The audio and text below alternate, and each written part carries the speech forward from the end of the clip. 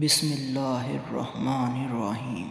حضرت داہیہ کلبی رضی اللہ تعالیٰ عنہ نہایت خوبصورت تھے کہ آپ کا حسن اس قدر تھا کہ عرب کی عورتیں دروازوں کے پیچھے کھڑے ہو کر یعنی چھپ کر حضرت داہیہ کلبی رضی اللہ تعالیٰ عنہ کو دیکھا کرتی تھیں، لیکن اس وقت آپ مسلمان نہیں ہوئے تھے۔ ایک دن سرور کونین تاجدار مدینہ حضرت محمد مصطفیٰ صلی اللہ علیہ وسلم کی نظر حضرت داہیہ کلبی پر پڑی۔ آپ نے حضرت داہیہ کلبی کے چہرے کو دیکھا کہ اتنا حسین نوجوان ہے۔ آپ نے رات کو اللہ تعالیٰ کی بارگاہ میں دعا مانگی، یا اللہ اتنا خوبصورت نوجوان بنایا ہے، اس کے دل میں اسلام کی محبت ڈال دے، اسے مسلمان کر دے، اتنے حسین نوجوان کو جہنم سے بچا لے۔ رات کو آپ نے دعا فرمائی۔ صبح حضرت داہیہ کلبی رضی اللہ تعالیٰ عنہ آپ صلی اللہ علیہ وسلم کی خدمت میں حاضر ہو گئے۔ حضرت داہیہ کلبی رضی اللہ تعالیٰ عنہ کہنے لگے، اے اللہ کے رسول، بتائیے آپ کیا احکام لے کر آئے ہیں؟ آپ نے فرمایا، میں اللہ کا رسول ہوں اور اللہ واحد ہے، اس کا کوئی شریک نہیں۔ پھر توحید و رسالت کے بارے میں حضرت داہیہ کلبی کو بتایا۔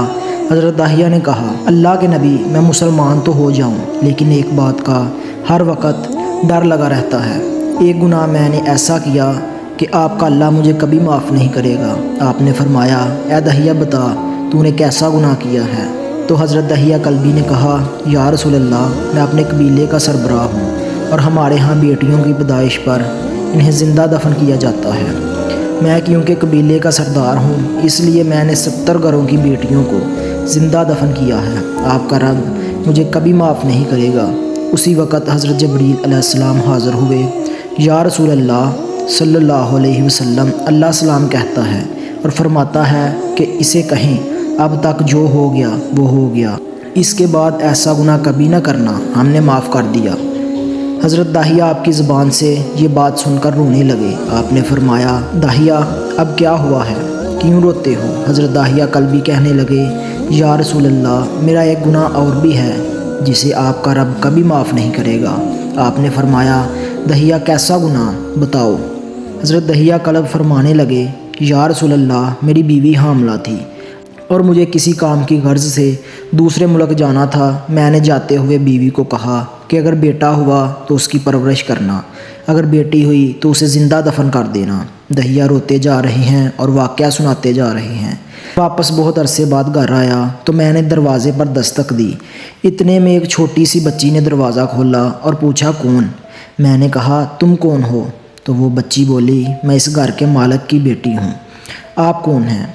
داہیہ فرمانے لگے، یا رسول اللہ صلی اللہ علیہ وسلم، میرے منہ سے نکل گیا، اگر تم بیٹی ہو اس گھر کے مالک کی تو میں مالک ہوں اس گھر کا۔ یا رسول اللہ، میرے منہ سے یہ بات نکلنے کی دیر تھی کہ چھوٹی سی اس بچی نے میری ٹانگوں سے مجھے پکڑ لیا اور بورنے لگی، بابا بابا آپ کہاں چلے گئے تھے؟ بابا میں کس دن سے آپ کا انتظار کر رہی ہوں۔ حضرت داہیہ کلبی روتے جا رہے ہیں اور فرماتے ہیں، اے اللہ کے نبی، میں نے بیٹی کو دھکا دیا اور جا کر بیوی سے پوچھا، یہ بچی کون ہے؟ بیوی رونے لگ گئی اور کہنے لگی، داہیہ یہ تمہاری بیٹی ہے۔ یا رسول اللہ، مجھے ذرا ترس نہ آیا، میں نے سوچا میں قبیلے کا سردار ہوں، اگر اپنی بیٹی کو دفن نہ کیا تو لوگ کہیں گے ہماری بیٹیوں کو دفن کرتا رہا اور اپنی بیٹی سے پیار کرتا ہے۔ حضرت داہیہ کی آنکھوں سے اشکزار و قطار نکلنے لگے۔ یا رسول اللہ، وہ بچی بہت خوبصورت، بہت حسین تھی، میرا دل کر رہا تھا اسے سینے سے لگا لوں۔ پھر سوچتا تھا کہیں لوگ بعد میں یہ باتیں نہ کہیں کہ اپنی بیٹی کی باری آئی تو اسے دفن کیوں نہیں کیا۔ میں گھر سے بیٹی کو تیار کروا کر نکلا تو بیوی نے میرے پاؤں پکڑ لیے، داہیہ یہ تمہاری بیٹی ہے، ماں تو آخر ماں ہوتی ہے۔ میں نے بیوی کو پیچھے دھکا دیا اور بچی کو لے کر چل پڑا۔ رستے میں میری بیٹی نے کہا، بابا مجھے نانی کے گھر لے کر جا رہے ہو؟